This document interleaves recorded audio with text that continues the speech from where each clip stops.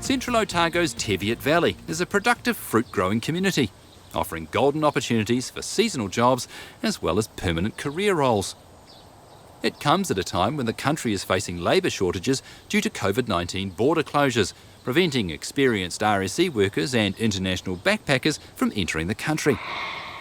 Stephen Darling is one of the three brothers who own and operate orchards in the area. He says the lack of experienced RSE workers and international backpackers this harvest season has meant a significant drop in production for many of the mostly family-owned orchards and packhouses in the region. We've got a range of fruit types, so we've chosen to have a spread of summer fruit and apples, predominantly with a few pears, and that's partly to spread the workload and also to spread our market opportunities. We've got about 55 hectares in orchard, and that's a mix of apples and apricots. So we've got one block up here at Roxburgh East and one block at Ettrick. Our primary focus is export. We're very focused on and reliant on export sales for most of our fruit. We do market some fruit in New Zealand as well, and that's predominantly here in the lower South Island.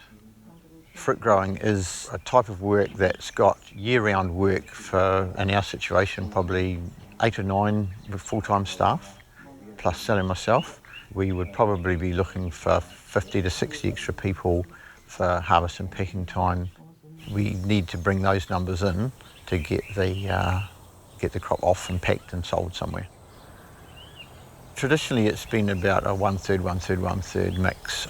So about one-third New Zealanders, traditionally about one-third backpackers. So we have a range of young people doing the OE, and they like the summer experience in Central Otago, and they come in and it's a social time and a chance to earn some money. And then traditionally it's been about one-third Pacific Island people. They've been a core part of our workforce, and obviously currently, as we know, due to COVID, the ones who work for us have all been able to go home to their islands where they come from, and currently we don't have any left here.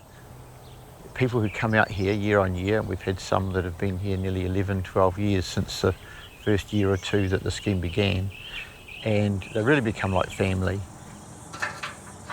Prior to RSE scheme, fruit growing was in a really difficult place. So we had no assurance of being able to get enough people to pick the fruit.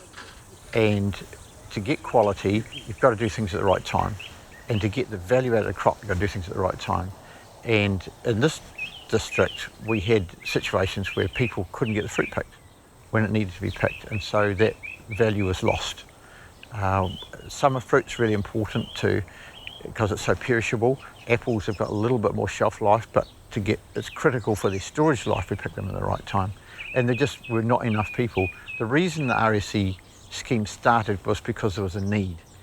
And during the approximately 12 years, 13 years that the RSE scheme's been running, that coincided with a period when New Zealand went through record low unemployment.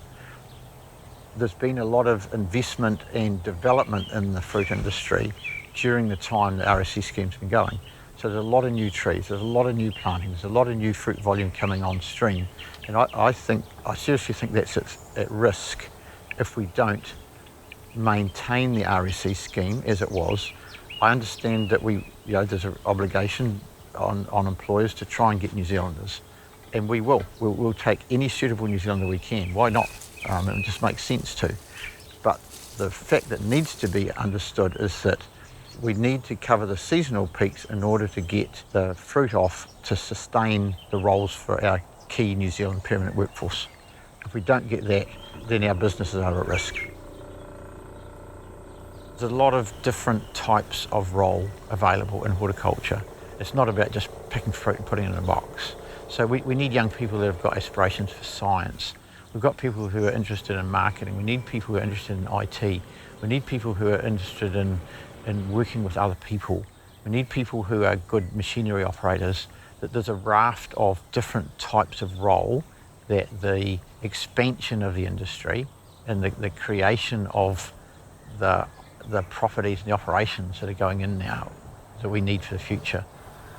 To help counteract this, a drive has been started by MPI through their Opportunity Grows Here campaign, to attract 10,000 New Zealanders into primary industry careers. One company, CAJ Group, has recently employed a trainee manager who's taken on the challenge of a new role on one of the oldest orchards in the group. Supervisor John Tompkin explains. The staffing thing has just given everyone a big fright this year because all of a sudden our regular staff aren't here, so we're having to try and find other staff. And that's all been new to us because we've had RSE workers for about 10 years here without many other people working in the industry. And that was all, they would all come together and they would all leave together. It was just a very easy, simple system. These should all be pretty well spaced by the time they grow. Jimmy moved to Roxburgh and he was looking for a job in the valley, and we decided we'd give an opportunity to be learn to be a manager. So, and that's where it went. Sort of happened all very quick actually. So if you got a big one there, you want to get rid of that straight away? It's marked, yeah. The thinning is their main job at the moment, to get the crop thinned, and we have about 30 people in the orchard right now, and that takes a fair bit of management to keep on top of it. How's it going? You all happy there?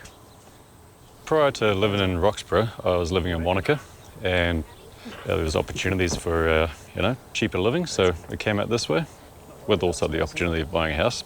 As far as work goes, I was training in electrical engineering prior to making the career change to horticulture. It's looking good.